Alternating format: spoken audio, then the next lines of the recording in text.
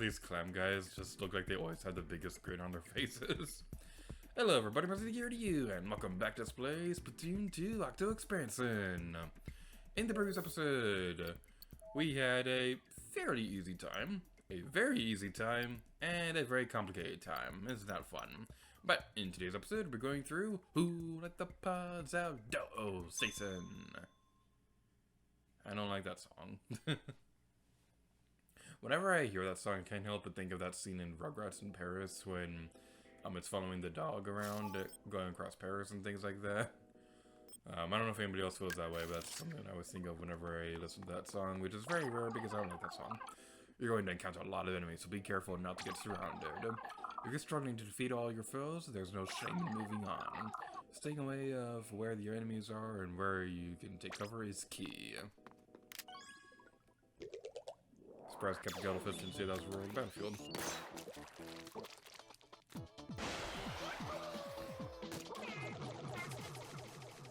Alright, so we're basically going to have an enemy gauntlet right here where we're going to have a bunch of enemies trying to destroy our beautiful face. But luckily, if you're able to survive, then you should be okay.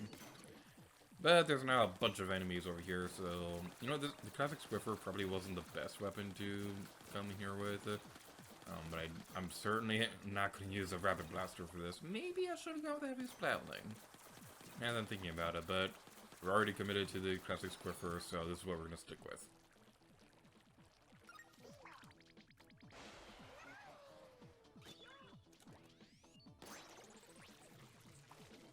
Highly mobile enemy ahead. Get ready! And scare you. Hey, get back here, buddy. There we go. Round 2. Here we go. Except it's you.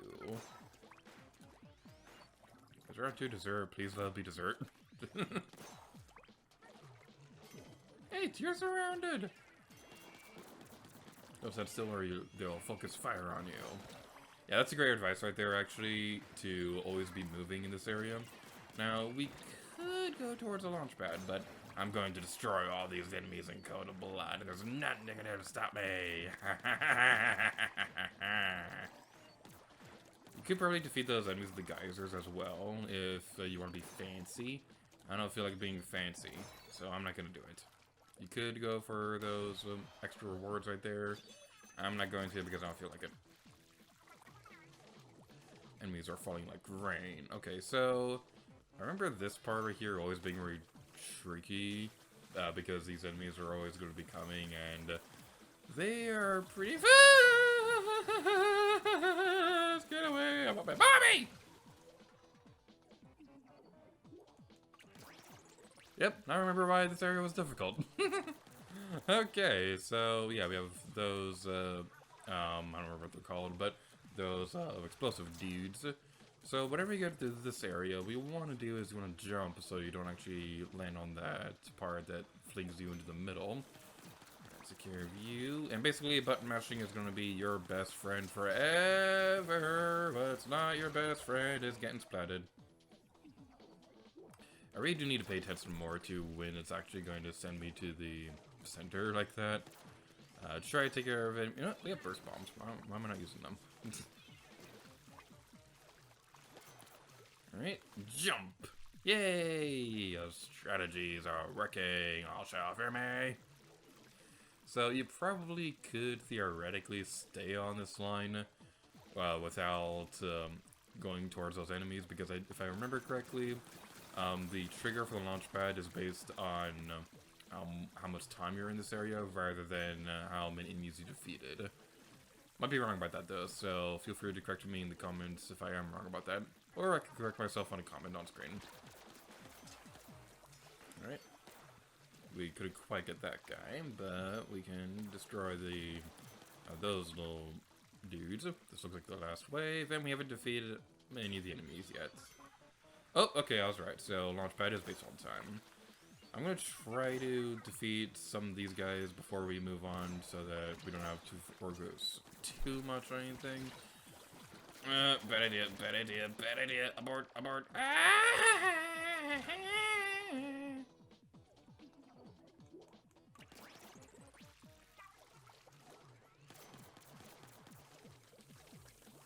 Can you get me when I'm up here? I don't think you can. You can't! Oh, that's good. Very good. That's very good to know. I really wish I knew this during the verses. I seem to be mentioning that more often than I usually do.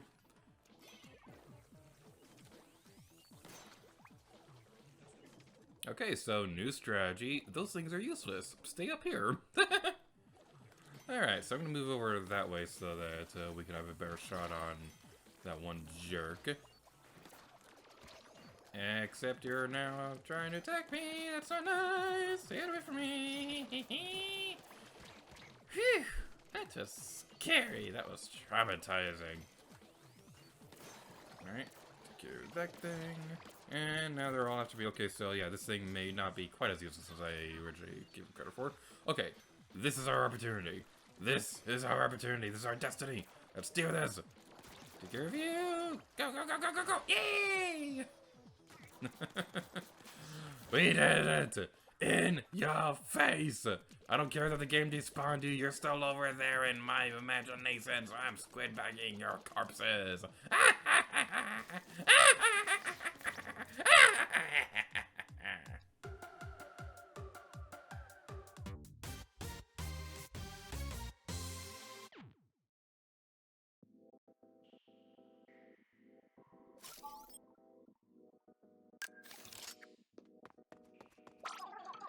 Please pop all 50 target balloons. If you leave a single balloon unpopped, you'll fail. And the balloons will float away quickly, so don't waste any time.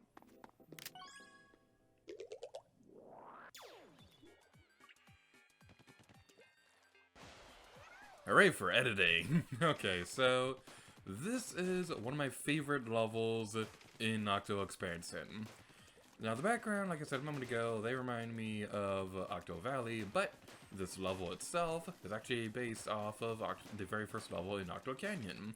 You're going to see that a little bit more as we go on, but if you want a visual representation of what I'm talking about, I'll have a side-by-side comparison to where this level is approximately. So basically think of it as we're traveling backwards from the beginning of the first level in Octo Canyon. So that's pretty fun. It's also going to be a really fun to edit because of reasons.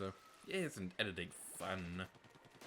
So the next balloons are down there. Now we want to go down this way. This one could be a little bit tricky to grab because it's kind of pointing you in a bit of a weird direction. But now we can go over this way and follow the next balloon. It's a balloon trip breeze, one of the best attractions in Nintendo Land. That's actually a really fun video in my Nintendo Land Let's Play. Not to sound like I'm self-promoting another Let's Play or anything like that, but that episode was generally one of my favorite episodes of that entire series.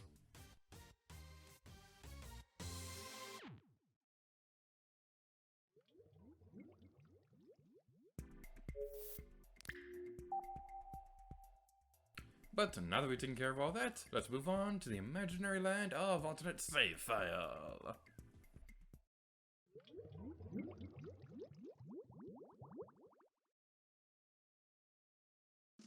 Good morning, everyone! Today's the day! The sun is shining, the tank is clean, and we are getting out of- The tank is clean! The tank is clean! In today's episode, we'll be playing it through Snapper Canal on Clam Blitz, and that's always exciting because I love Clam Blitz. It's like one of my favorite things ever. Alright, so in today's video, we'll be talking about the Ballpoint Splatling and the Nautilus, which are the last of these Splatling weapons in the game, which means we never have to talk about this horrible weapon ever again, which means in the next episode we can talk about the best thing in existence! Yay! Not trying to harp on anybody who likes these Splatling weapons. They are pretty good, especially this next one we're talking about. But personally speaking, I'm not that big of a Splatling person. So, the first one we'll be talking about is the Ballpoint Splatling, and this one may very well be my favorite of them all, because of the way that it works. A normal Splatling, how that works is you charge up your shot, and it fires continuously, and it always has the same arc and same amount of damage and all that good stuff, but the Ballpoint Splatling is interesting, because when it first starts shooting, it will have a different attack pattern. And what I mean by that is that when it first starts shooting, it has a rapid fire but very low range, but as it continuously goes, the range will change to be slower firing rate, but it'll also go further.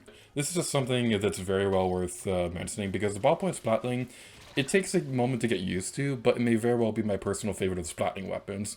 I haven't actually played this online yet, so I don't really know if it's something for me, but from what I've heard of it, this is probably the one that I would want to try out the most.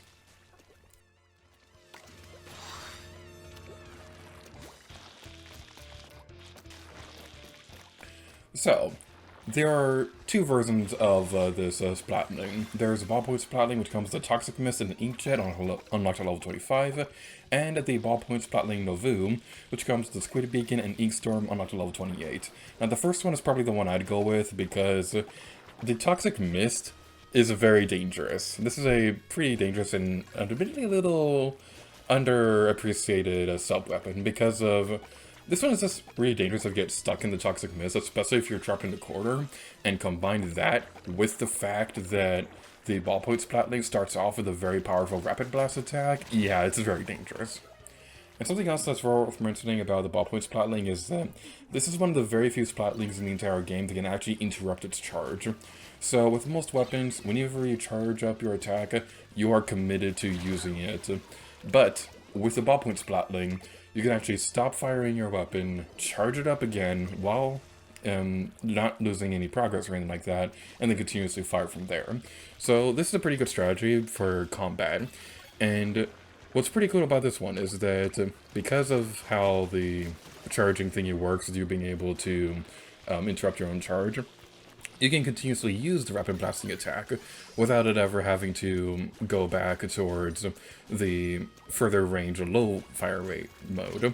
Or the opposite is true. If you get to the point where the charger is no longer rapid blasting, then this is actually really great for covering turf.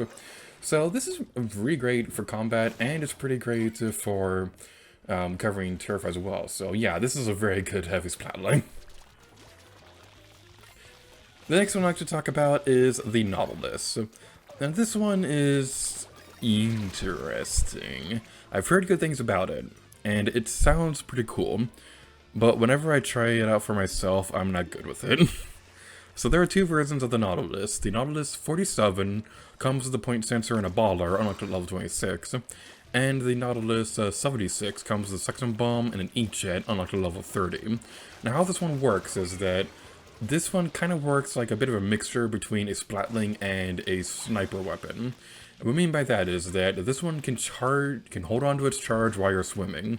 So you can charge up your attack, swim around for a little bit to get to a different position, and then fire the weapon.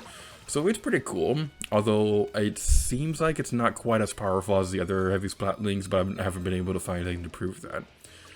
The interesting thing about this one as well is that this one also has the ability to interrupt its own charging, just like a ballpoint splatling. So you can charge up your attack and let it fire, but then you can interrupt that fire to charge it again. And combine that with the fact that it can swim, they can hold on to its charge while it's swimming. Yeah, it's very powerful. So it looks like the end of this match is going to be coming up pretty soon, and I also don't have anything else left to talk about because that was the last of the weapons that we'll be discussing in today's episode. And that was the last of the heavy splatlings as well. So, in the next episode, oh boy, am I excited for that one.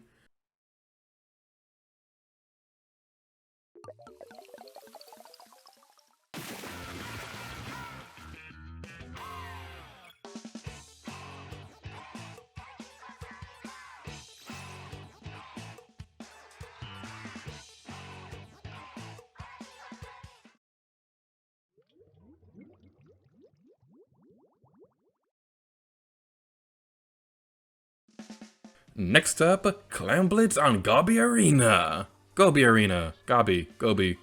Dobby. However you pronounce that.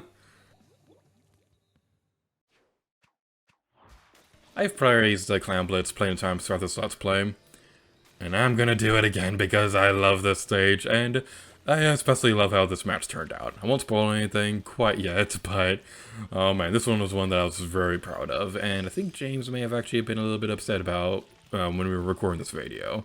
Like I remember when we were recording this, I was kind of ranting about how the overtime why didn't it stay in overtime in the previous match? But then when we got to this point, without spoiling anything about the actual match itself, you just have to watch for yourself to see what happens. Without spoiling anything, he was also not very happy with my strategies as well. And that's why we're friends. We make each other mad. Alright, so this one is probably one of my more personal favorite locations of a basket in Clam Blitz, because it's in such a position where there are several routes for you to be able to take to get to the basket. Now, there are a few stages out there where, yeah, it is kind of cool that it is there, but at the same time, you're basically taking the same route over and over again to get to the basket, which can make it very predictable for you to get over there in the first place. The only example I could really think of off the top of my head would probably be something like Port Mackerel, because no matter which route you're taking, it's all leading to the same place. But with this one, there are several options for you to get to the basket. You can climb up here and take the high road to get to the basket, or you can loop around. It's just really hard to predict where your opponent's going to be going, and that's what's really fun about Clam Blitz, is that no matter what you're doing in this game, it's always one of the most strategic modes to play in Splatoon, even when you're playing one-on-one. And as somebody who loves Clam Blitz, yeah, this is definitely something that I love. There's also kind of like Piranha Pit in a way, where a lot of the clams are going to spawn pretty close to the basket, so you shouldn't have any trouble getting the more clams into the basket once you break it free. But keep in mind that if you're on the team trying to get opponents away from it, then the best advice that I can recommend is to try to have somebody close to the basket so that they can protect it. Now, obviously, they're not always going to be able to keep it from opening or anything like that, but it's usually a pretty good strategy to have somebody close to the basket so that you can prevent people from putting more clams in there. Also, I gotta say this, I know I said this before, but the Octo brush may very well be my favorite weapon for Clam Blitz, because the way that the stamp works, the Ultra Stamp, how that works, it makes it really fun to chase people with the football. And I believe you do drop the football when you're using the Ultra Stamp, but if somebody's following you, then they can pick it up for you. Now, obviously, this isn't very helpful advice when you're playing one-on-one like I am right now, but it is something that's very well worth mentioning. And as you can see right here, like throughout the entire match, I was able to have a pretty good pattern of picking up clams whenever I needed them to, and then be able to change which way that I'd be going to get to the basket, so that my opponent wouldn't be able to find where I was going. It's all pretty fun. Although it is very worth mentioning again that when you're carrying a football, your location will be shown to your opponent. So definitely keep that in mind.